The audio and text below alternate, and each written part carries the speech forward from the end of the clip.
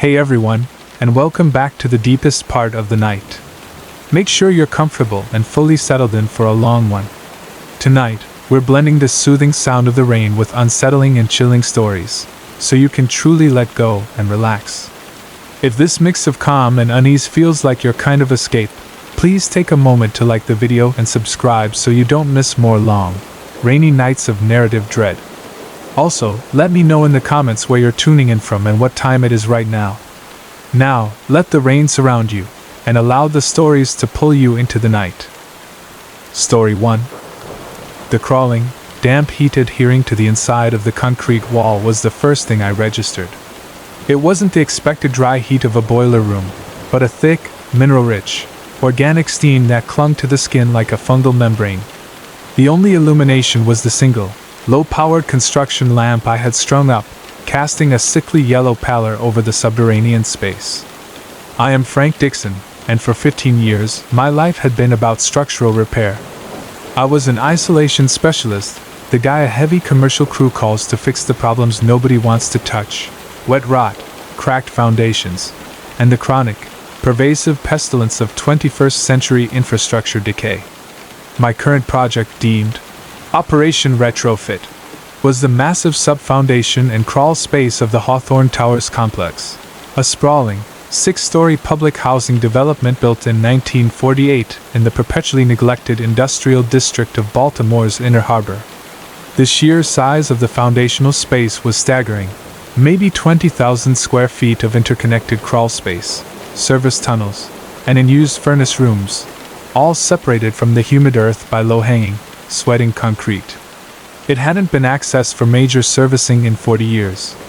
The problem, as per the city's emergency report, was simple: noise and ingress. Residents in the ground floor units were complaining of chronic, high-frequency clicking and scratching under their thin, decaying floorboards, the definitive sound of a massive, unstoppable rat infestation establishing absolute, territorial dominance. I was brought in, initially, for pest abatement, isolation, and foundational repair, armed with a powerful sealant sprayer, concrete patches, aluminum barriers, and a pragmatic cynicism that saw fear as merely a byproduct of atmospheric pressure. The air down there was an oppressive volume of static silence, disturbed only by the relentless hum of the city's utilities running in the conduits overhead and the heavy, rhythmic drip, splat, drip of a leaking water main 20 meters into the darkness. But the true sound, the one that immediately set off the deep woods, primal panic in my gut, was the constant, ever-present, pervasive rat noise. It wasn't a generalized chittering. It was a precise, focused, and aggressive sound, a relentless, complex clicking, scrambling, and high-frequency scratching emanating from deep inside the cinder-block cavities and the dark subfloor trenches, always just beyond the reach of my industrial headlight beam.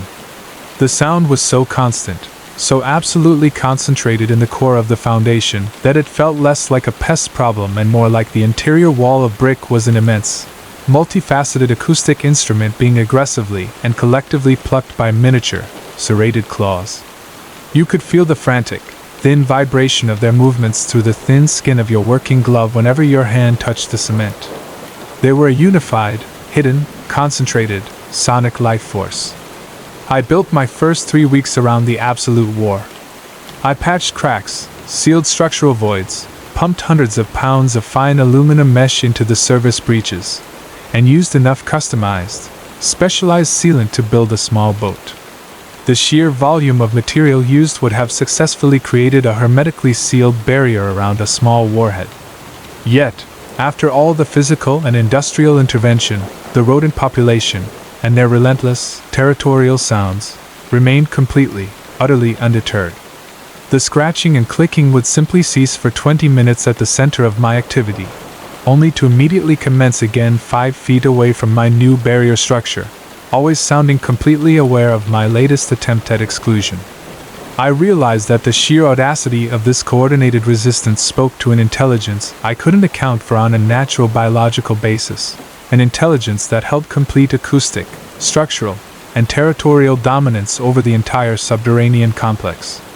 They were controlled by something, and that something revealed itself slowly, methodically, targeting my personal human safety and structural egress. My workspace was located in the primary structural junction, a claustrophobic, 3-foot-high tunnel space with only one main structural pillar dividing the main path. The entry to the entire labyrinth was guarded by a heavy, 3-foot-wide steel panel hatch, which I always secured with a heavy internal sliding bolt from the cold, damp inside. 3 consecutive nights, my primary egress, the internal sealing bolt, was rendered useless. Not by mechanical friction, but an aggressive, focused structural action. The first night, I found the thick, 3-inch securing bolt itself bent slightly inward by a clear degree of 5 degrees, its pure steel integrity buckled with force, making it impossible to slide cleanly into the external frame for a successful lockdown. I had to use a crowbar to pound the angle back to true. The second night, the entire surrounding heavy steel frame securing the bolt sleeve was twisted minutely out of plumb, forcing a full hour-long session with a grinding tool and extreme violence to make the door functional again. The third night, something was draped and tied with perfect geometrical precision around the heavy, cold swing arm of the internal locking bolt. It was a dense, matted, disgusting hairball entity, the size of a fist, a dense organic object comprised of hundreds of pieces of rat and human hair, all chemically saturated with the aggressive scent of mineral salts and decaying tallow.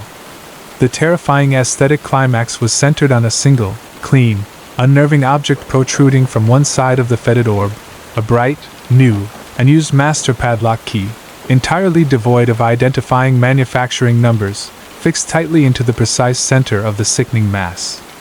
The sheer purposefulness of the key exposure, a gift, a personalized item of structural access encased in biological horror, shattered my scientific detachment with a clean, cold, psychological force.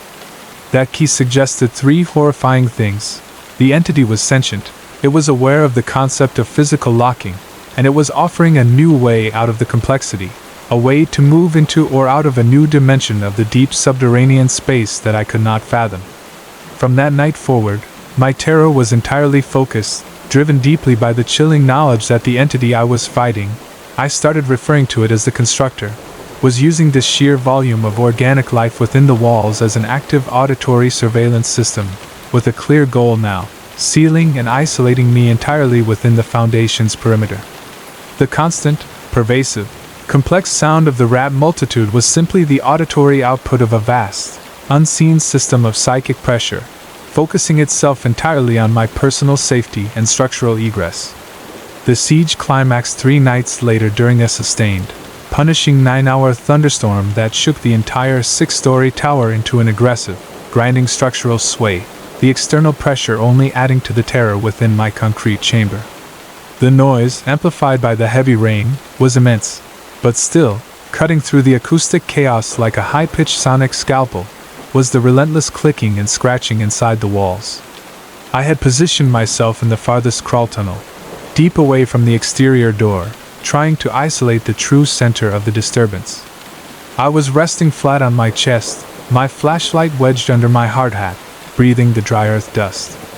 Then, from the extreme darkness of the unlit tunnel's end, the Constructor delivered its most profound, targeted weapon. The sound field of the subterranean swarm was suddenly given acoustic, spatial focus.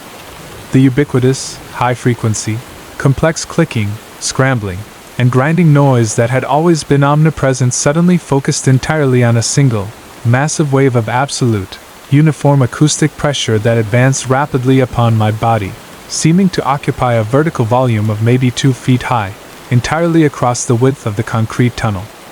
The sound of 1,000 perfect, single clicks and scratches was delivered at such a pitch and volume that it became a solid, physical wall of noise, a dense, low-grade auditory concussion that paralyzed my every voluntary muscle.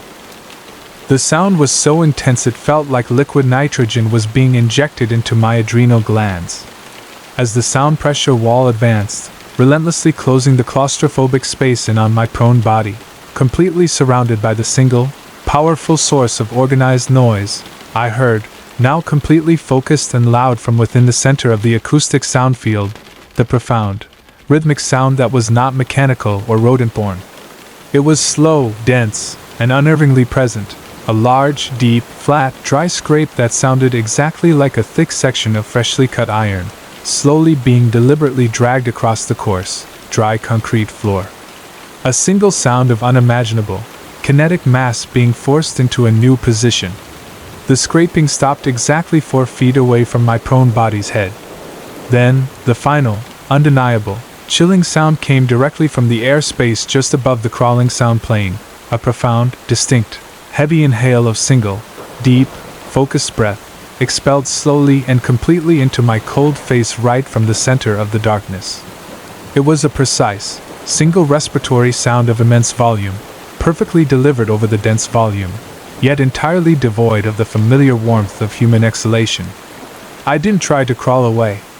I ripped my knife, my only weapon, from my deep tool pocket, and with the full, manic force of absolute desperation, I wildly slashed the rusted, electrical conduits that traveled only a hair's breadth from my neck, cutting 2 high-tension wires until a cascade of blue, sizzling, chemical electrical fire erupted through the thick darkness, burning and singing the intense, thick, chemical humidity. The ensuing static electricity immediately neutralized the organized swarm sound. The deep, unified clicking and scratching vanished, instantly replaced by the terrifying, chaotic sound of 100 small rodents retreating in panic from the heat and extreme light pollution. The heavy iron scraping and the cold, focused breath disappeared with the light. I had successfully created a highly localized, sensory event strong enough to disorient the deep, focused central consciousness of the structural field. I waited an hour, until the static died completely, and the terrifying deep structural cold of the earth had returned. I abandoned the conduit tunnels, crawled back to the main hatch, the sickening smell of burned plastic clinging to my suit, and pulled the entire exterior securing latch, bolt, and frame clean away from its setting with the desperate, destructive force of my emergency crowbar, violently sacrificing the integrity of the door to salvage my physical freedom. After dragging myself completely out of the complex and onto the cold, solid, safe asphalt, I sealed the door not with a bolt, but with the entire rusted tonnage of my industrial sealant equipment supply truck, turning the door area into a useless, unopenable mountain of industrial detritus. The contractor was structurally expelled by the complex's true, deep life force. I now live and work entirely in glass and steel skyscrapers, 20 stories or higher, where I can see the sheer volume of chaotic, unpredictable people below me, and the concept of an old, deep-level service hatch to the structure is a structural impossibility. I forfeited all money, all equipment, and the massive contractual debt on the entire, destroyed Baltimore project. The fear isn't simply the supernatural presence, or the sound of the swarm. The terrifying truth is that some territorial consciousnesses will achieve such deep structural fusion that they treat the physical, warm, living bodies of human trespassers as a necessary infection upon their core existence. They don't just kill you, they orchestrate the entire, terrifying claustrophobia of their dark, isolated world around you until the sound of a single, slow, conscious inhale of cold, purposeful breath is the final, intimate sign that you are not just a prisoner, you are the final, internal component of their perpetual, sonic domain. The week following the key incident, my silent, agonizing truce with the constructor was a descent into pure psychological trench warfare. I decided I wouldn't leave a single accessible breach. The goal was to endure the final sealing, retreat, and accept the forfeiture. But the constructor, the structural intelligence that orchestrated the chaos, had a profound, aggressive contempt for my self-imposed isolation. It wanted the total submission of my remaining sensory life. I continued the laborious, dangerous sealing of the final conduits. 2 enormous, low-slung, oval-shaped terracotta pipes that vented into the dark, wet space between the complex and the harbor. I wore a specialized, enclosed air filtration mask to combat the ever-increasing, aggressive olfactory attack. The overpowering stench of dry urine, mineral salts, and something fundamentally unsettlingly sweet, like overripe carrion saturated heavily with old, dry tobacco smoke. The smell was intense enough to burn the sensitive tissue of the back of my throat, clinging to the heavy, claustrophobic air. But even with the industrial-grade mask, the smell penetrated. It was a complete, structural scent, not a mere atmospheric output. The rat swarm, the auditory field I had to contend with, now moved in a rhythm that indicated a profound understanding of pressure, structural integrity, and my sensory limitations. The perpetual noise of high-frequency scratching shifted entirely to the narrow sections of the terracotta pipes I was trying to seal, concentrating its clicking, rhythmic pressure exactly behind the aluminum mesh I was working on.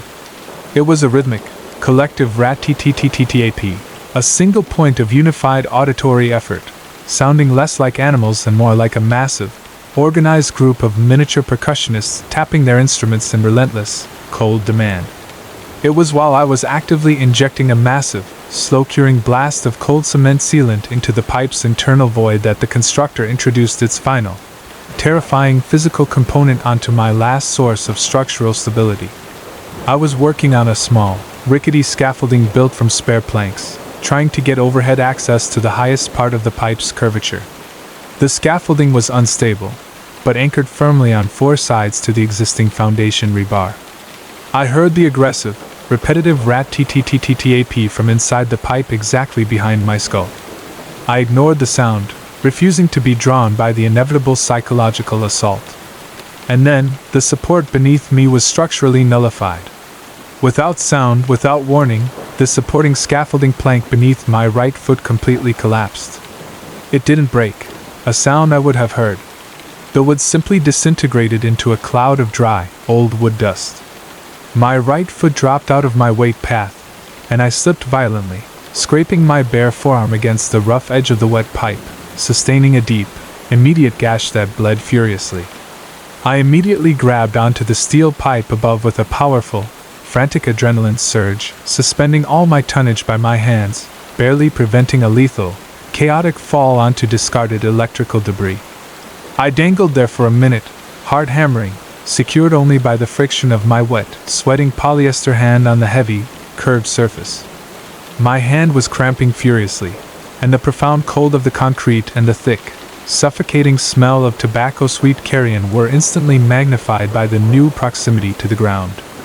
Then the constructor used the situation's desperate sensory output to achieve its final communication. From instantly within the dense, dark cavity of the hollow pipe, only inches from my now flushing ear, a clear, terrifying sound emanated, a mechanical, cold imitation of snarling animal satisfaction, quickly replaced by the distinct, deliberate metallic snap of bone, a single sound of high-pressure impact, clearly and accurately delivered so close to my eardrum it felt like static discharge.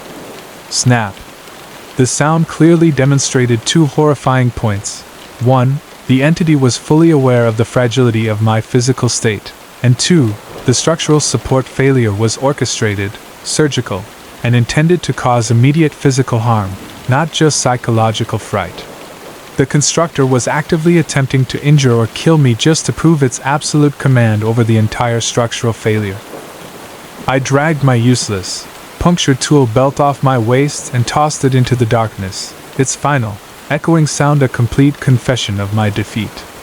Then, fighting against the frantic, aggressive pounding of my over-adrenalized heart, I finally summoned the full, desperate strength of my biceps and hauled myself back onto the stable surface. I sat there, gasping, holding my bleeding wrist. The terrifying silence of the pipe now returned, the structural assault a success. The constructor allowed the total, profound failure of my immediate objective. I could not finish the final sealing, and the deep, cold, structural problem would persist regardless of any external actions.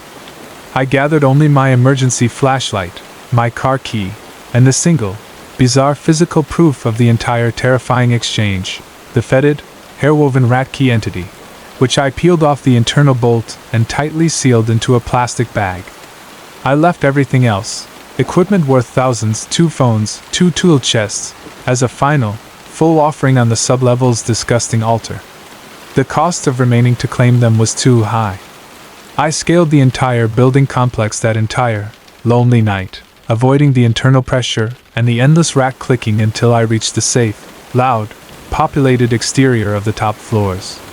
I forfeited the house, cancelled the insurance, and moved my entire life beyond a state where subcontractual engagement with isolated structural components was necessary.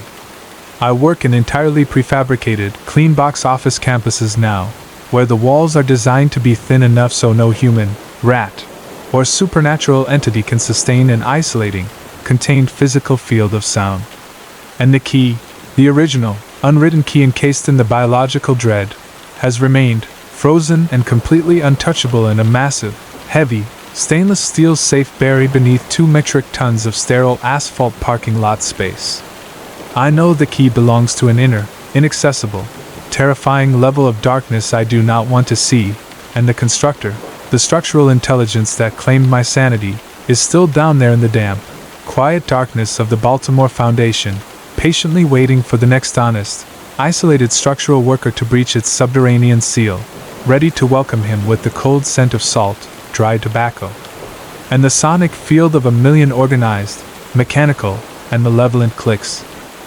Story 2. All of us, living on the surface, ultimately rely on the conviction that voids, the immense spaces beneath our feet, are merely filled with air, or water, or inert stone. This is what provides the structural and psychological safety necessary to sustain complex civilization. The second you enter a space that fundamentally betrays this conviction, your entire reality is unmade. My name is Dr. Elias Thorne. I am not an exorcist, but a professional geophysicist and technical leader of the specialized speleological survey team.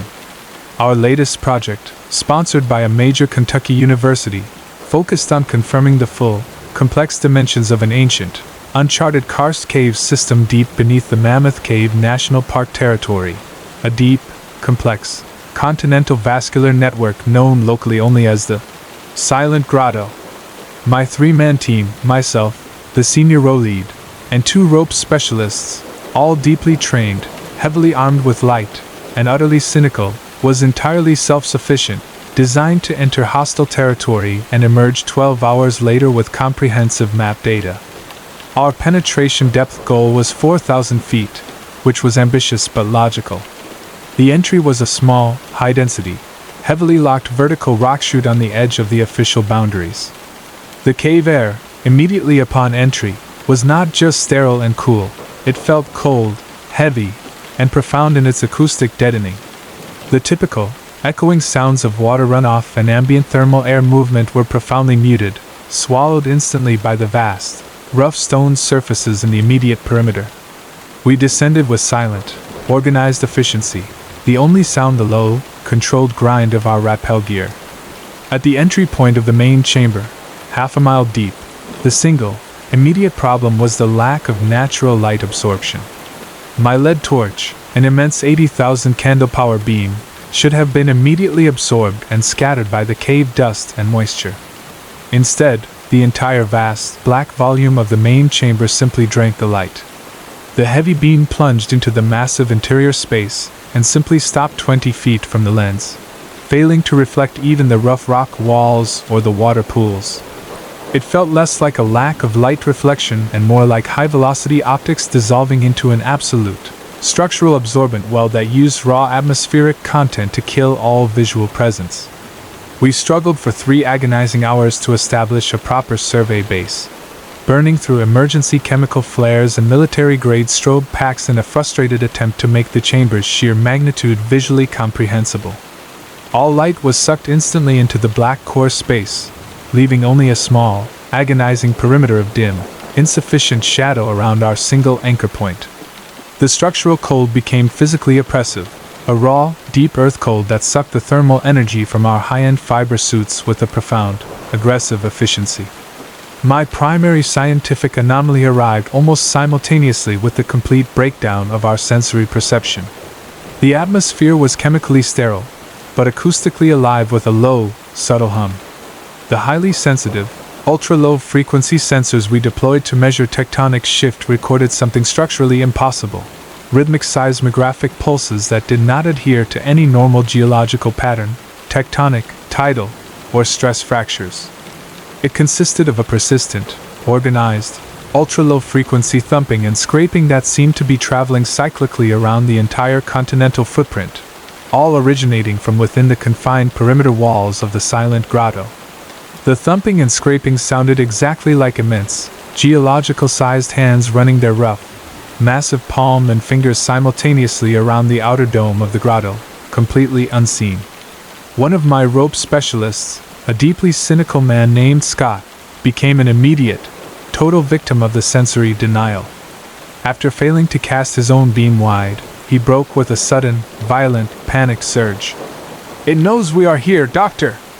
It actively knows our movement. The air, it's too goddamn thick to move sound, and it's too cold to hold light itself.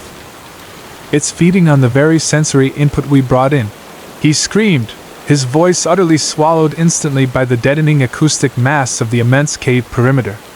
Scott turned out to be physiologically right. The deep predator in the grotto was using its immense geological volume to absorb the very energy we carried. Heat, visible light, and acoustic vibration, all to create a perfect sensory isolation field, slowly grinding us into absolute blindness, coldness, and silence.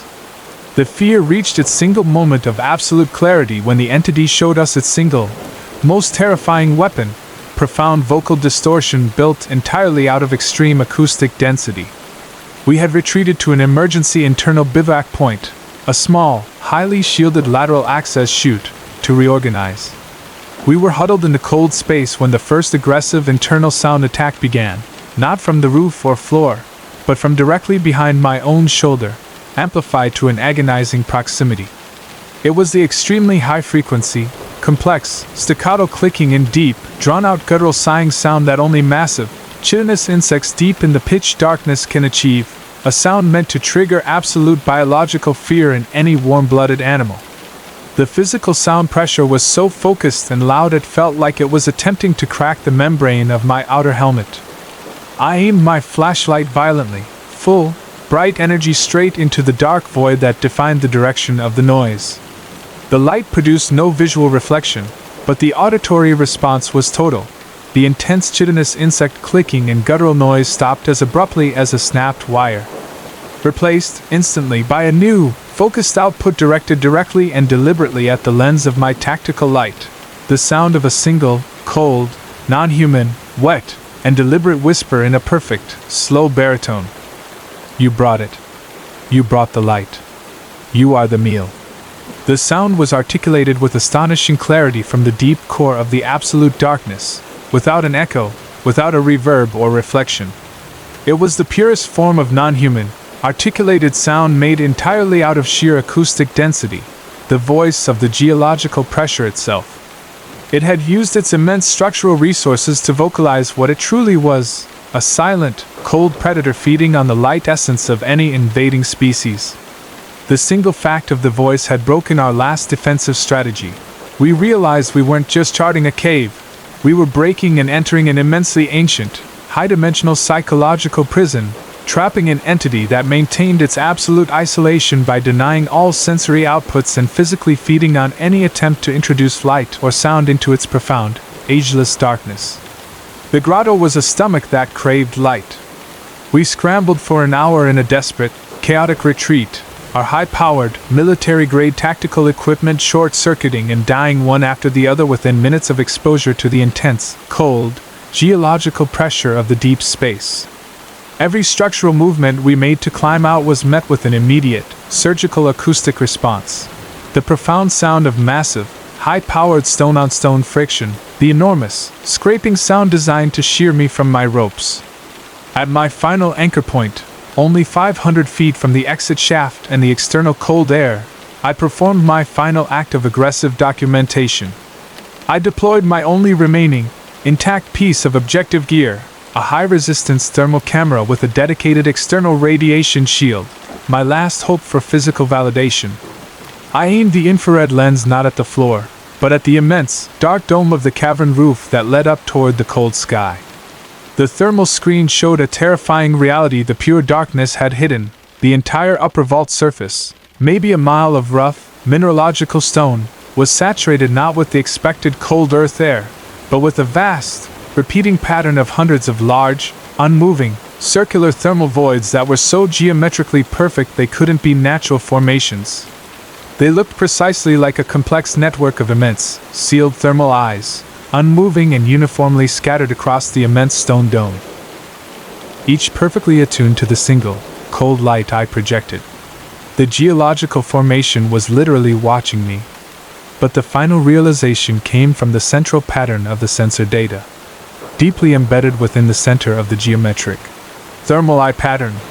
The massive thermal map resolved a complex equation that defied all structural and geological possibility, the symbol of a pure, highly geometric, multi-pointed, non-earthly glyph, drawn large and deep into the deepest center of the thermal map, entirely visible only in the full, dark thermal spectrum. The symbol radiated an immense gravitational pressure that caused all surrounding thermal outputs to collapse toward its center. And right beneath the aggressive symbol, a single, terrifying reading appeared in aggressive, digital readout, estimated age, 2.8 EON, post-formation. The entity was older than the rocket inhabited. My personal field log, delivered only in audio, confirmed my final psychological capitulation. I ripped my helmet off, abandoning the heat, the sound, and the geometric horror of the visual projection. I abandoned $10,000 of equipment, my professional pride, and the deep, arrogant certainty of my training. I scaled the vertical chimney exit shaft with the full panic of an animal escaping a fire. I didn't stop until my warm, bleeding hands emerged into the cold, clean, chaotic non-silence of the Kentucky night, collapsing onto the familiar pressure of the random, external rock. I now work a 9-to-5 job analyzing structural integrity on suburban bridges. My office uses a highly controlled solar spectrum ceiling lighting system that never falls below 1,000 lumens, a blast of blindingly chaotic, aggressive light that defies all shadow. I refuse to use any form of deep space digital equipment or high-sensitivity parabolic sensors. I will not seek darkness or silence. Because the terrifying truth is that the silent grotto is a complete, structural parasite that exists in the deep core of our light-filled world, and by entering it, I provided light and heat to an ancient, predatory mind that had gone without a meal for millions of years. Its final goal wasn't to kill me, it was to keep me there, to feed forever on the warm, clean photons of my external light source and the complex entropy of my isolated mind, all within the absolute, suffocating silence of its eternal darkness. They say the grotto is silent and cold, its tenants are simply efficient. Story 3. Glass. The light-transmitting, yet invisible barrier. I never knew how much I relied on my own image being projected perfectly back at me, a constant, stable validation of my existence. A window isn't just a view, it's a mirror you don't have to look at, until that reflection starts speaking with its eyes. I am Arthur Finch, an architect specializing in kinetic structural design. I live alone in a minimalist, tri-level, floor-to-ceiling glass apartment high on the 55th floor of the newest residential spire in Chicago's financial district, my architectural statement piece. The entire southwest corner of my living suite is a gigantic, seamless glass curtain wall, fully exposing my life to the city below and the vast sky above. My view offered me omnipotence. My view became my prison. The phenomenon began subtly in late fall with the onset of the atmospheric thermal shift, the moment the exterior air became drastically colder than the forced warm air of my meticulously controlled apartment. This external-to-internal disparity turned the expansive southwest curtain wall into a colossal, silent, opaque mirror once the evening lights were switched on, a perfect, massive internal reflection of my single self. It started with a single, unexplainable visual flaw in the otherwise flawless glass. I would often be sitting on my low-slung, white sofa, working on blueprints, when I'd catch a momentary, sharp displacement of my own reflected image on the surface, a kind of ocular lag that was impossible under consistent optical laws.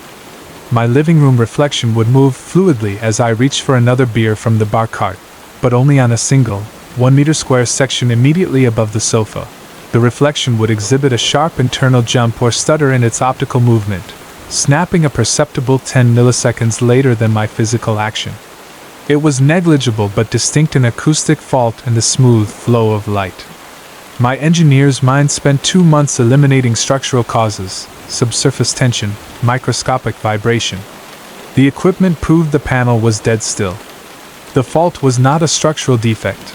It was an intentional, temporal aberration, a profound violation of the law of synchronous reflection concentrated in one panel.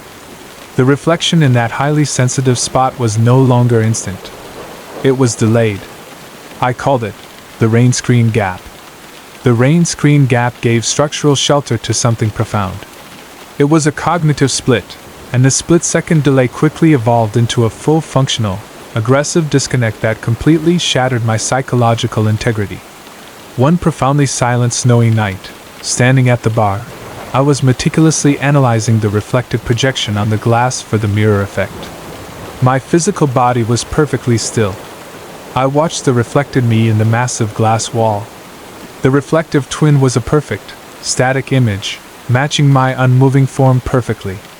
But as I watched, the reflection's eyes moved slowly, deliberately, and completely independently of my own static, cold focus.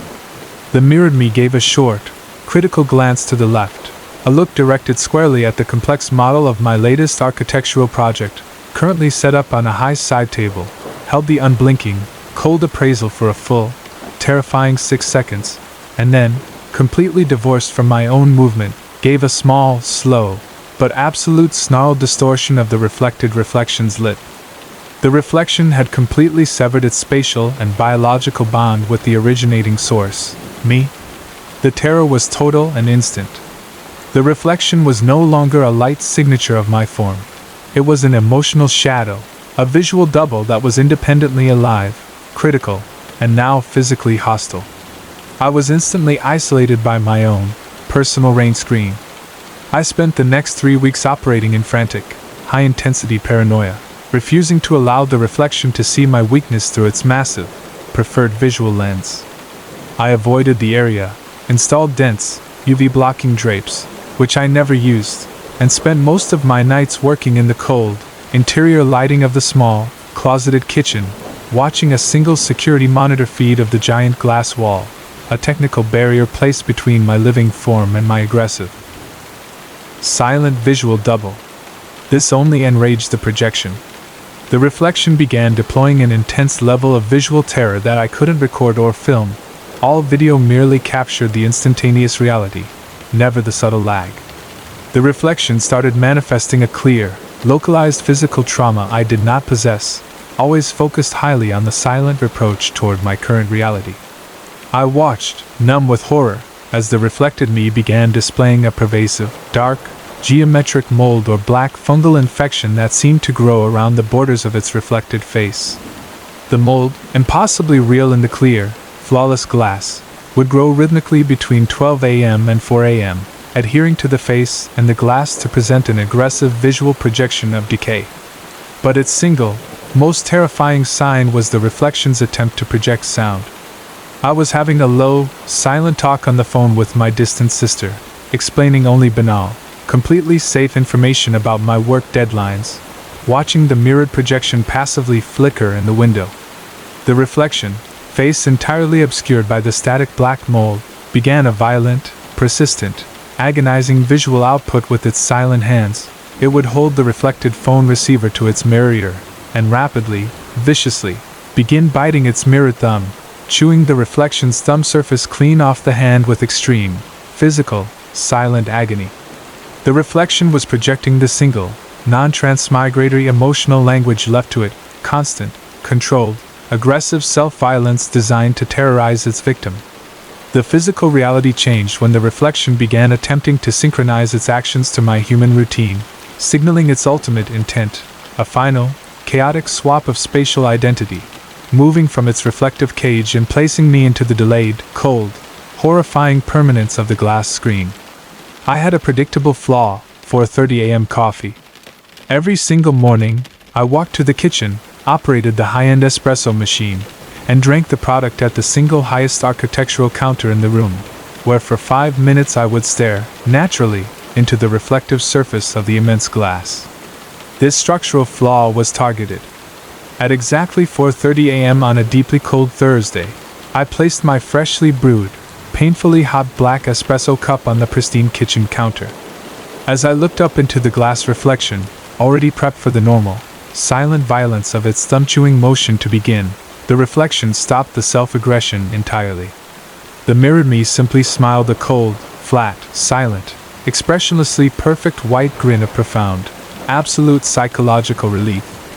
The reflection then calmly picked up its own reflected hot espresso cup, a perfect mirror copy of the cup on my counter, and performed the final, definitive, hostile action in a stunning, synchronous choreography of terror.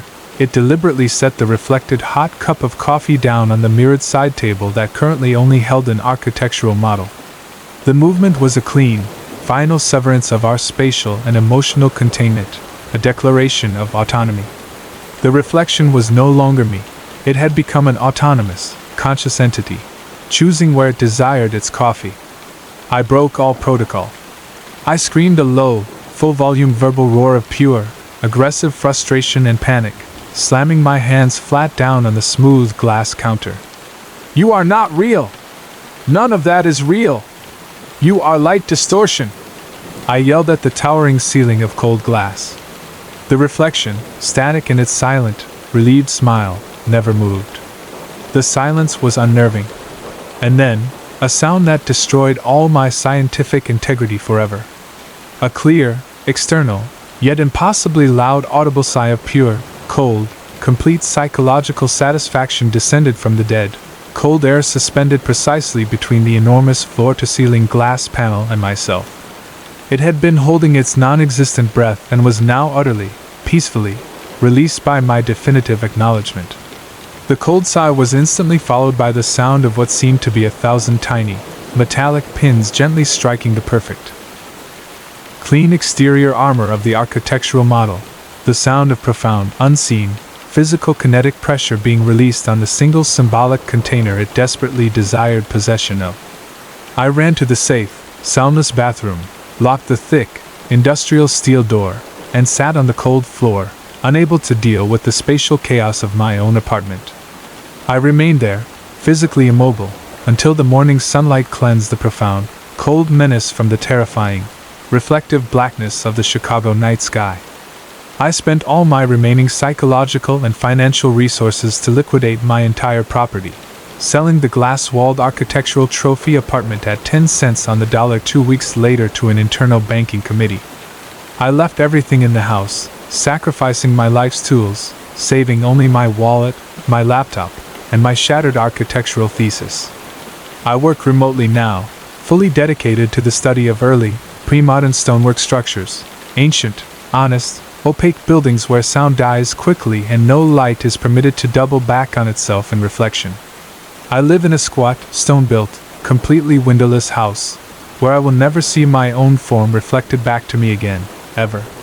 The terrifying reality is that my psychological double still lives in the 55th floor glass apartment, calmly drinking his eternally hot espresso, patiently awaiting its next aesthetic choice. The single, cold, visual terror I faced confirms that sometimes, the reflection is not just a copy of yourself, it is your pure, externalized, deeply hostile structural self, waiting for the opportune moment of isolation and architectural transparency to achieve autonomy, push its real-world self into the reflection space, and finally, calmly and fully, occupy its reflection's desired life. Story 4. Every solitary night worker operates with an unspoken code of territorial inviolability. Mine was a 3-square-mile domain of meticulously carved landscape.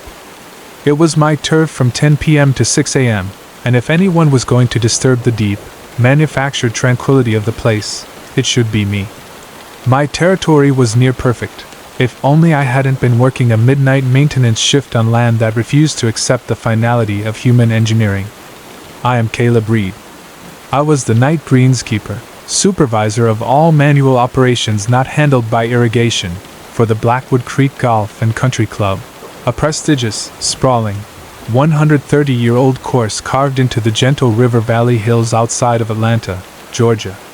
The course was notorious for its structural instability, massive subterranean springs, persistent fog pockets, and the constant need for drain restructuring.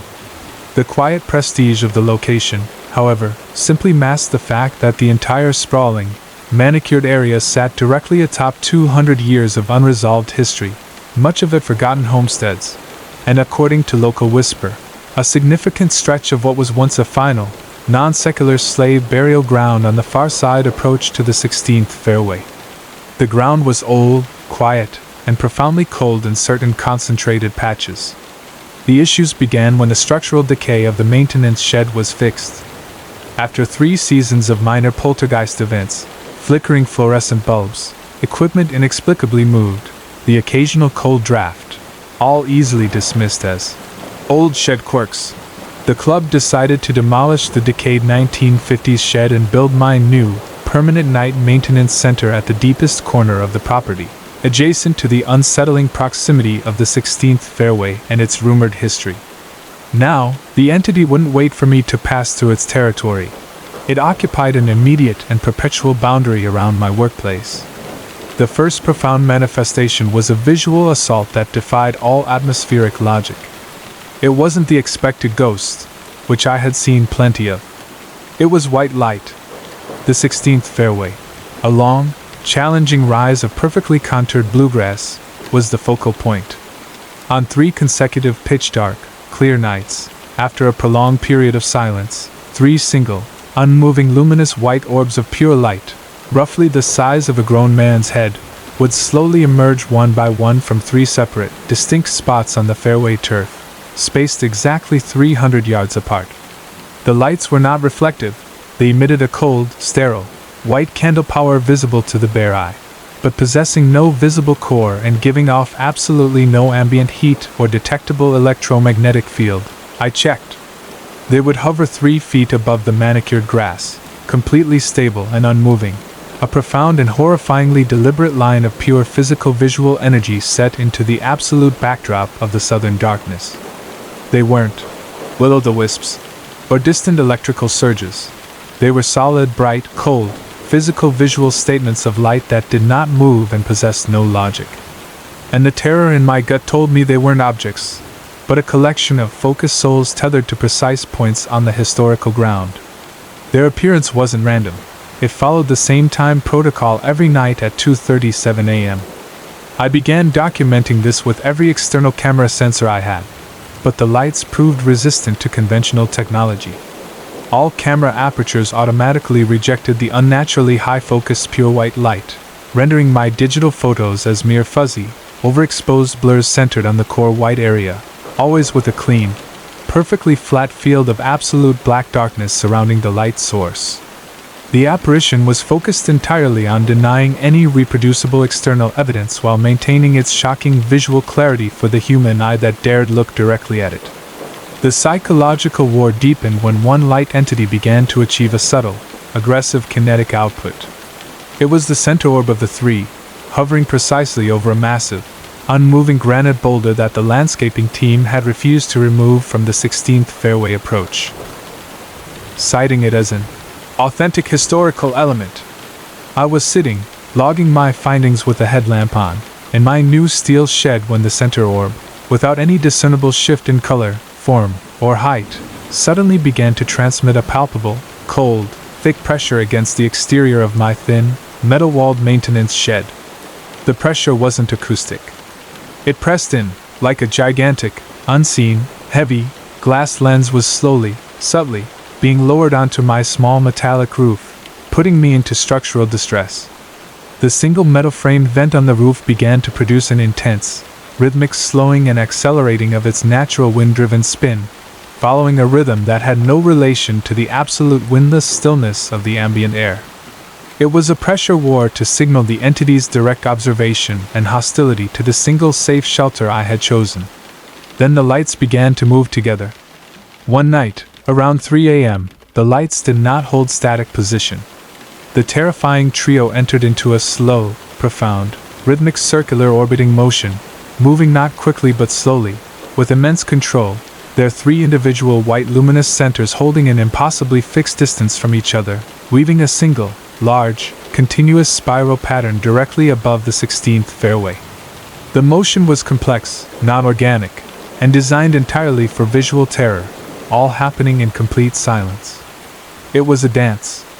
A silent, organized, territorial display of synchronized presence performed by the tethered souls, communicating a cold, final control over the ground. The sound that followed was the result of their movement, a massive, sharp, dry snapping sound, like a gigantic, ancient piece of heavy electrical cable being broken in one clean, final crack. The sound originated not from outside, but from within the dry wall of my now taunted shed wall. The sound of an electrical conduit snapping at the core, followed immediately by blackness, the total systemic failure of my power supply. The organized dance had achieved its desired kinetic output, isolation in full darkness. Trapped in the frigid blackness, enduring the intense, claustrophobic pressure building on the thin roof siding, I made my final, desperate grab for documentation. I managed to locate my field acoustic recording apparatus. My sound engineer friend's advice was ingrained in my mind: always capture the true sound of terror, and deployed its two highest sensitivity mics, directed one toward the dancing fairway lights, the other at my pressurized roof.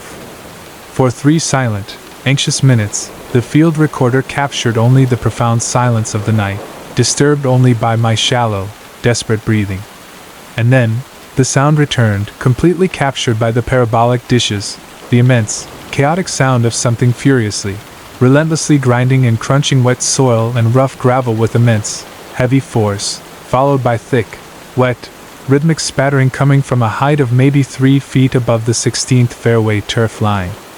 It wasn't digging, it was something large, present, and physical, churning its way through the very soil of the fairway. The sound was aggressive, violent, and wholly dedicated to structural destruction directly on its own visual perimeter. I knew then, the field was not guarded by simple static ghosts. It was animated by a collective field-bound entity using the captive, luminous energy of its buried victims to mark its perimeter and violently exclude the living from its historical surface. The turf and sod were no longer mere landscape. They were the skin of a territorial, feeding organism. The white lights were the eyes in the absolute darkness. I turned on my single, handheld, emergency-grade lamp and illuminated the interior of my shed in a rush of brilliant white light. I was not alone. Slumped, silent, and motionless against the inner steel wall of my secure shed, directly between the open toolboxes and the maintenance desk, was a large, densely woven burlap sack. It was thick, aggressive in its structural mass, roughly the size and shape of a compact human torso, its heavy, woven sides covered in dry, rust-colored particulate matter. It smelled overpoweringly of cold, rotting sulfur and damp earth salts. It was a massive object deposited by an unseen presence entirely within my secured shelter, and tied with a single piece of taut, heavy, dry, brown twine to the center of the sagging, disgusting sack was the final evidence, a single, beautiful, high-polished silver bracelet of intricate, Victorian design, entirely out of context in the cold, dusty maintenance shed. A token of wealth and ownership placed firmly onto this terrifying, physical mass.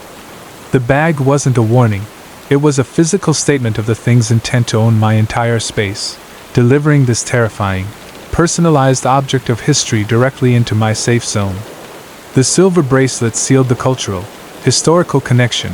Buried on the property were not just enslaved corpses, but their enraged and demanding former proprietors. I screamed, pulled my hunting knife, and violently slashed the side of the heavy burlap sack to destroy the structural offense. The result was instantaneous.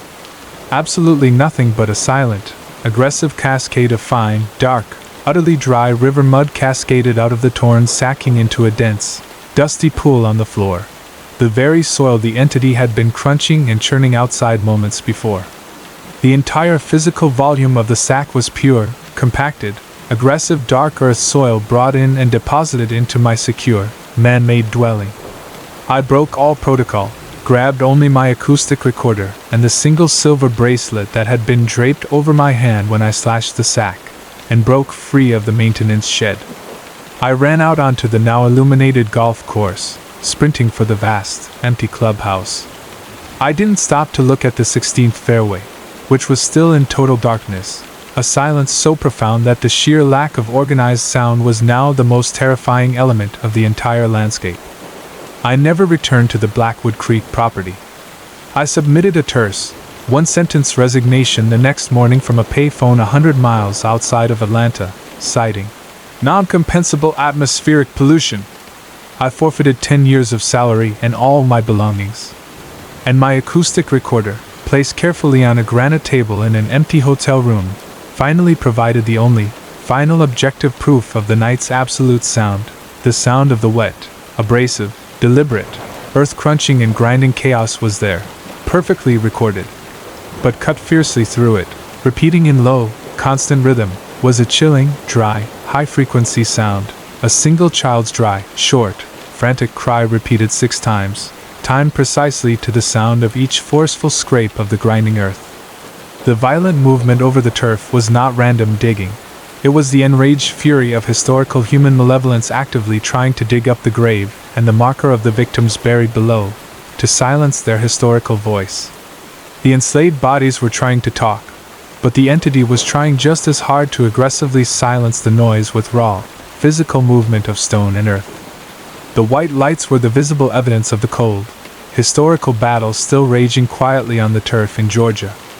I now live in a sterile, white, high-altitude city far from any geographical area where land is perpetually maintained beyond its natural, structural boundaries. I will not have grass, I will not have stone, and I will not permit silence. The structural terror of the turf is a single, cold, enduring understanding in the American South.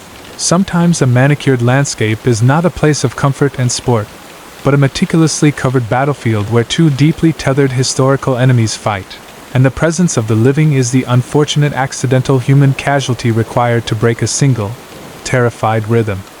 And on the surface of the perfectly manicured, quiet land, the white lights still hover, waiting politely for the next man to come too close to their battle. Story 5. The space I lived in was mine. I owned it 100%, the sterile, newly built, heavily mortgaged loft apartment high above the clamor of downtown Seattle. I was Julian Thatcher, a collector of rare, meticulously acquired historical physical artifacts, Roman coins, first edition books, and heavily armored mechanical clocks, objects that defined absolute, verifiable presence. My life revolved around the density and historical weight of my vast collection, each piece contained within its own dedicated, illuminated niche or heavy-duty, humidity-controlled, professionally installed wooden cabinet. My passion was the accumulation of proof of existence. This possession, this intense fixation on density and historical continuity, is precisely what defined me. And it's precisely what attracted the collector. It wasn't a thief. A thief takes the object, leaving the verifiable, empty space where it once stood, a measurable loss for my insurance claim. This entity was operating on a higher dimensional level. The collector never took the object. It took the absence left by the removal of the object. It removed the object entirely from my entire field of physical reference, leaving behind a new, completely false structural landscape in the exact physical location where the piece had been stored. The attacks were subtle and highly specialized, focused solely on my profound relationship with my density fetish. The first true confrontation happened over a specific piece, a small, intricately worked, silver-inlaid ceremonial dagger from the late Byzantine period, stored in a clear, temperature-controlled, glass front display box built into the west wall of my dining room. I was performing my nightly inventory, logging the single, focused blue reflection it cast on the perfect interior display fabric. I turned away for exactly 40 seconds to reset the air filter. When I turned back, the elaborate glass and steel showcase was gone. Not empty. Not opened. It was completely, aggressively removed from my spatial understanding, as if the wall had been rebuilt entirely from the interior outwards in a single, silent, structural transaction. The space where the entire cabinet had been anchored was now a continuous, clean, pristine, perfectly lit section of white, unblemished drywall. No screws, no sealant, no trace of intrusion. A flawless white wall existed where a deep, complicated cabinet of antique silver had stood 30 seconds prior. I fell backward, scrambling for structural support against the smooth, hostile countertop, utterly paralyzed by the impossibility. The physical removal of such a large, Heavy structure without a single acoustic signal or structural mark was a cognitive violation. The collector didn't just remove the object and its display.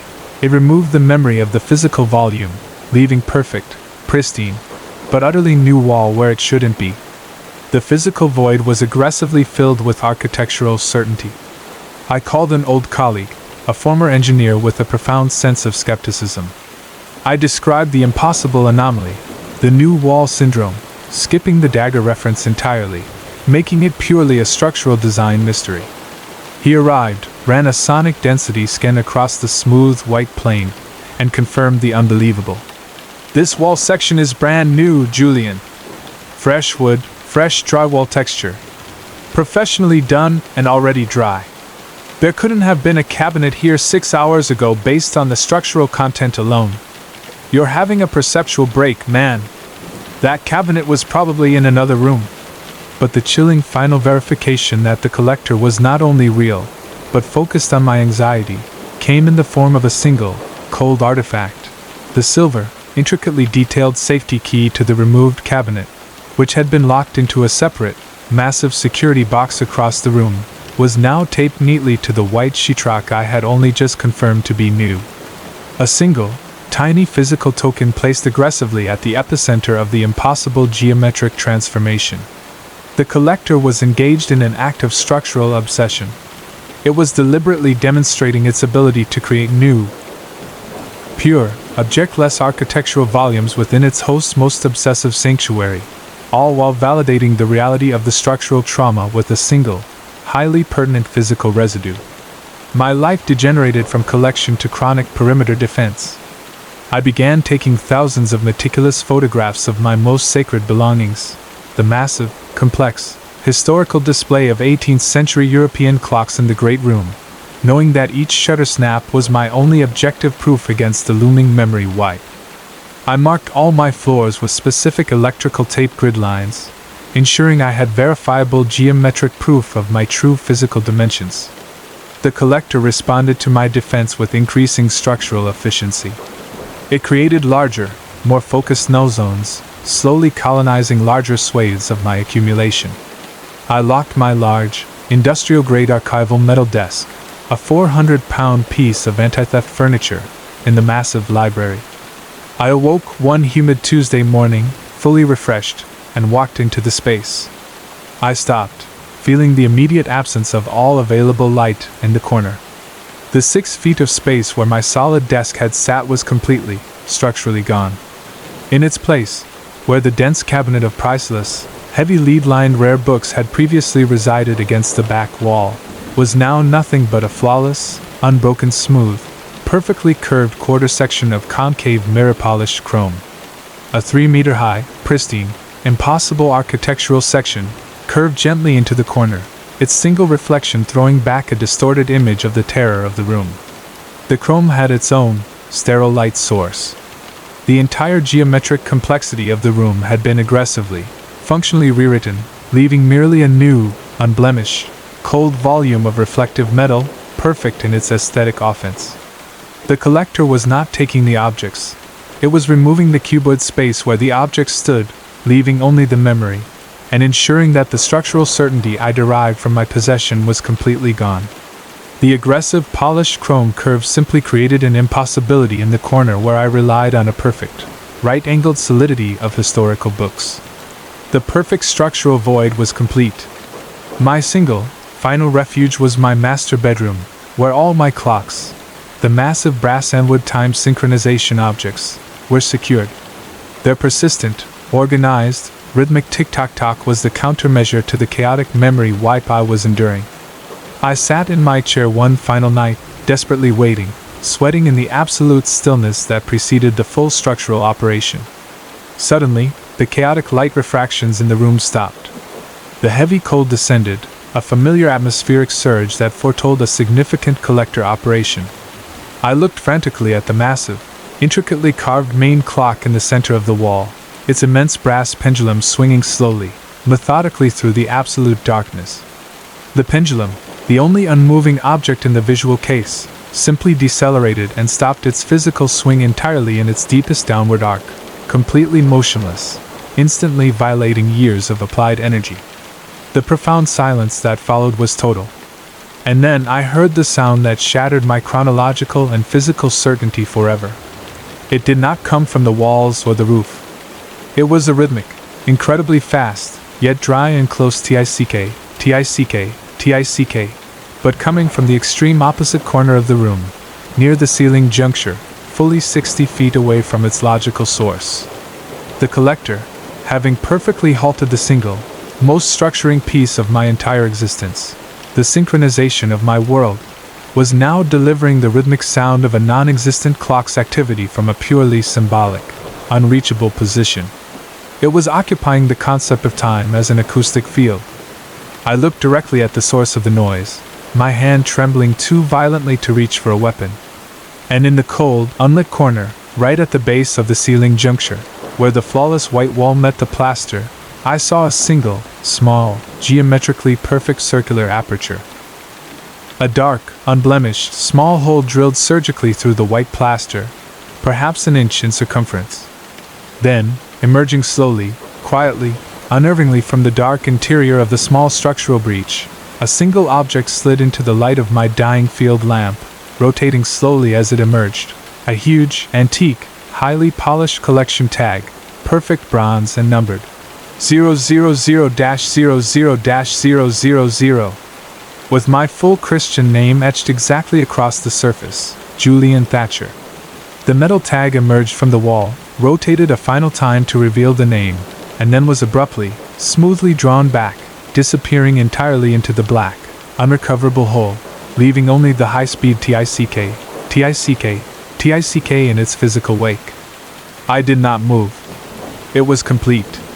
The collector was not removing my furniture. It was cataloging me, labeling my life as a collected artifact to be placed into its eternal null zone of removed spatial certainty by removing the physical memory of a place I called my own. The ticking was its final stamp of approval. I walked stiffly out of my apartment, leaving all my physical proof, the collected memories of my existence, all the timepieces, my keys, my wallet, and my laptop, left on the exact geographic center of my immense living room floor. I drove south, abandoning the Northwest and its clean architectural voids in favor of the single place I knew no structural malice could possibly thrive, New Orleans, Louisiana, where the houses are so old, so geometrically chaotic, and so saturated with moist, disorganized life that no entity could ever succeed in building perfect, cold, clean, architecturally correct walls of pure absence and structural control. I now live my life as a deliberate memory collector, moving every 6 months, maintaining no permanent collection and engaging only with things that embrace the constant flow of entropy and physical decay. I work remotely under a new number, an entirely empty man surrounded only by transient, unpredictable chaos, refusing to look at anything that is structurally perfect in its surface. Because I carry deep inside my mind the full, terrifying certainty that the collector is still out there, its null zone expanded and growing, waiting patiently for any man who strives with arrogant, obsessive certainty to create eternal, perfect physical structure, until it shows him the single, unopenable label of the only acquisition it ever truly desired, the physical permanence of the man himself.